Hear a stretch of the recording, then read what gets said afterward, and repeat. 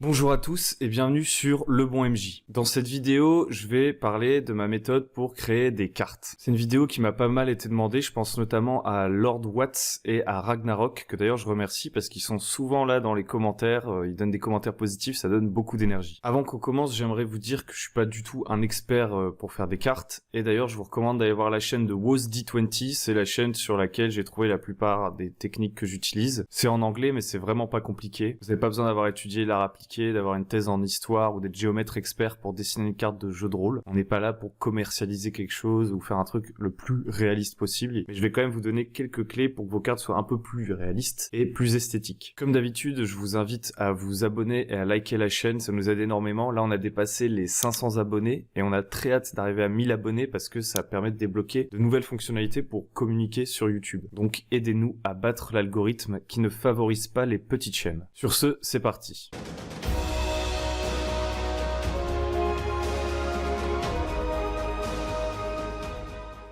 Alors la première chose que je ferai, c'est que je rassemblerai le matériel nécessaire pour dessiner ma carte. Pourquoi ? Parce que tout simplement, avoir du matériel de qualité, ça va vous motiver à vous lancer, ça va donner une carte de meilleure qualité, et surtout, une fois que vous aurez investi un petit peu d'argent dans ce matériel, vous serez bien obligé de l'utiliser. Donc rien de bien méchant, j'ai pas de conseils hyper précis à vous donner. Moi, j'achète des feutres fins de différentes tailles, comme ceux que vous voyez à l'écran. Des feutres comme ça, j'en trouve à la Fnac. Ensuite, j'achète des feuilles en format A3, j'essaie qu'elles soient assez épaisses, d'une qualité pas trop horrible. Si c'est trop fin, ça va s'abîmer très rapidement. Et enfin, pour certaines cartes, notamment les cartes par exemple de donjons ou de villes, pour noircir des zones, j'achète un feutre, une sorte de pinceau feutre. D'ailleurs, je tiens à préciser que dans cette vidéo, on va pas parler de ce genre de cartes, on va parler plus de cartes du monde, de pays, de trucs comme ça, des cartes plus géographiques. Et il vous faudra également crayon de bois, gomme, taille crayon, parce que on va faire un brouillon. Ensuite, une fois que vous avez tout ce matériel, vous allez pas vous lancer tout de suite. À mon avis, il vaut mieux réfléchir à votre idée. Qu'est-ce que vous voulez dessiner ? Est-ce que c'est un royaume ? Est-ce que c'est un continent ?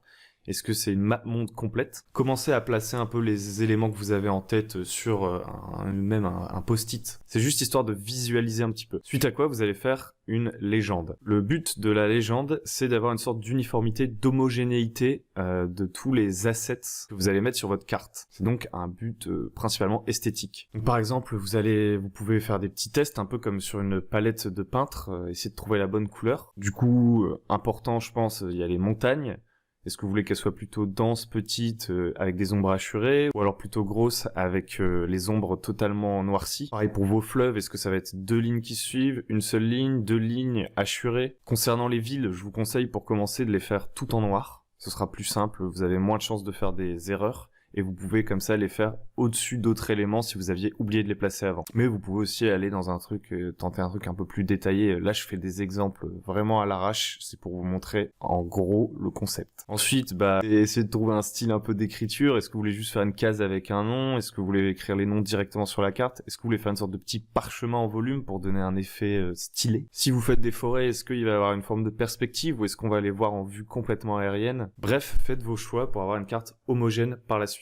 Ensuite, en termes de style aussi, demandez-vous est-ce que vous voulez mettre des ombres ou pas. Personnellement, moi je mets toujours des ombres parce que je trouve que sinon ça fait vraiment un style très simpliste, mais ça peut être un choix volontaire. Et si vous faites des ombres, réfléchissez à la position de la lumière, à la source de lumière, parce que c'est elle qui va donner forme à ces ombres, qui va les projeter. Si par exemple le soleil se trouve au nord-ouest, vous allez avoir des ombres à l'est, au sud-est et au sud en gros. Pas besoin d'être hyper précis parce qu'au final votre carte elle va être un peu miniature, j'ai envie de dire, et c'est du détail, mais ça peut quand même frapper un œil averti et rendre votre carte un peu désagréable à regarder. En gros, la légende, ça va permettre de limiter un maximum les erreurs, et je pense que c'est un truc que je faisais pas au début et qui m'en a fait commettre. Ensuite, vous allez passer au brouillon. Donc pour le brouillon, vous allez prendre votre crayon de bois. L'objectif, c'est d'éviter d'avoir des erreurs irrécupérables en commençant directement à l'encre. Peut-être que vous pourrez vous débarrasser de l'étape brouillon plus tard, mais je pense qu'il vaut mieux commencer de manière safe avec quelque chose d'effaçable.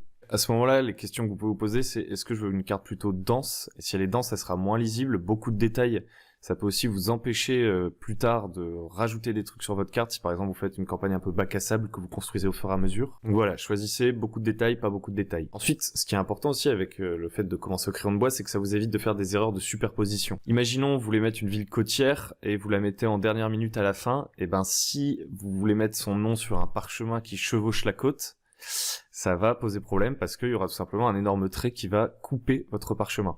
Donc réfléchissez déjà un peu aux layers, comme sur un logiciel de montage photo par exemple. Quand vous mettrez votre encre, commencez par les éléments qui sont les plus hauts et vous irez vers ceux qui sont le plus bas. Mais si vous faites un brouillon, normalement, il ne devrait pas y avoir de problème. Aussi, ce que je vous conseille de faire si vous mettez des noms avec des parchemins, c'est d'essayer de tous les mettre de manière horizontale ou en tout cas de tous les aligner de la même façon. Ensuite, au moment de votre brouillon, c'est le moment où vous allez véritablement dessiner ce qui sera votre future carte. Si vous voulez un truc un peu plus réaliste, voilà quelques conseils. Alors, je suis pas un expert, il y a sûrement des exceptions à ces règles, et si c'est le cas, n'hésitez pas à nous les donner dans les commentaires. D'abord, normalement, l'eau coule toujours du haut vers le bas, en tout cas sous forme liquide. Bref, gardez à l'esprit que vos cours d'eau vont partir des hauteurs pour aller vers la mer. Conséquence à cela, ça veut dire que vos cours d'eau aussi ne vont pas se séparer ni se croiser. Ou plutôt que quand ils vont se croiser, ils vont se rejoindre pour former un cours d'eau plus gros. Vous pouvez pas avoir par exemple deux rivières qui se croisent et qui font une croix. Donc la plupart du temps, l'eau ruisselle du haut des montagnes, puis forme des rivières, puis forme des fleuves, puis atteint la mer. Et à la limite, quand un cours d'eau arrive près de la mer, il peut se séparer pour former une sorte de delta. Qu'est-ce que ça va donner sur votre carte? Tout simplement que vos cours d'eau vont être un peu comme des arbres dont le tronc partirait de la mer et dont les branches se dirigent vers les montagnes. Deuxième chose qui peut être intéressante à retenir, c'est que beaucoup de villes, surtout à des époques où les technologies n'étaient pas très développées, s'installaient directement à côté des cours d'eau. Parce que comme ça, ils avaient une source d'eau pour l'agriculture et aussi c'était un bon moyen de déplacer des marchandises sur des bateaux à fond plat. Alors il peut y avoir des villages qui sont pas juste à côté des cours d'eau parce qu'ils ont des puits, mais globalement c'est forcément moins optimal. Ensuite, puisqu'on a parlé de cours d'eau qui descendent des montagnes,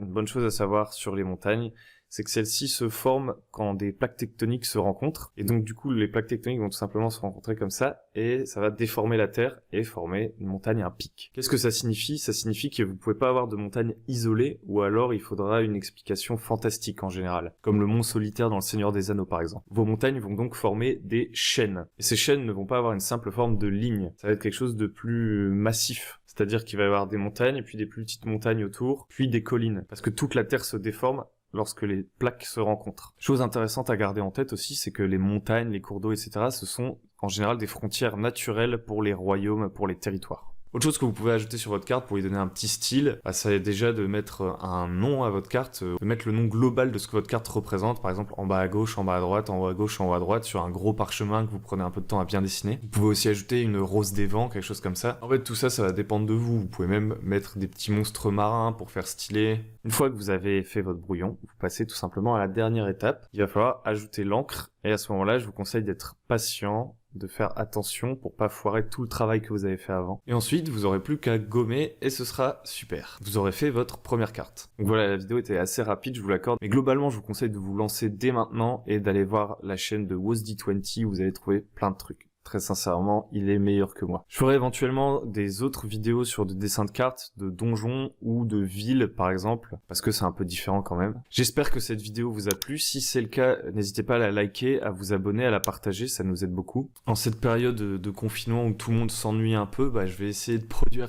plus de vidéos et je vais peut-être essayer de live sur YouTube, peut-être faire une création de scénario en direct, j'en sais rien, parce que là je compte peut-être jouer à distance avec mes potes. Et du coup, si je fais une petite création, même un truc sur Notebook tout bête, je me dis ça peut intéresser certains d'entre vous, je sais pas, de discuter ou alors que vous me donniez des idées pour un scénario, ça peut être marrant. Sur ce, faites attention à vous, bon courage et à très bientôt sur Le Bon MJ.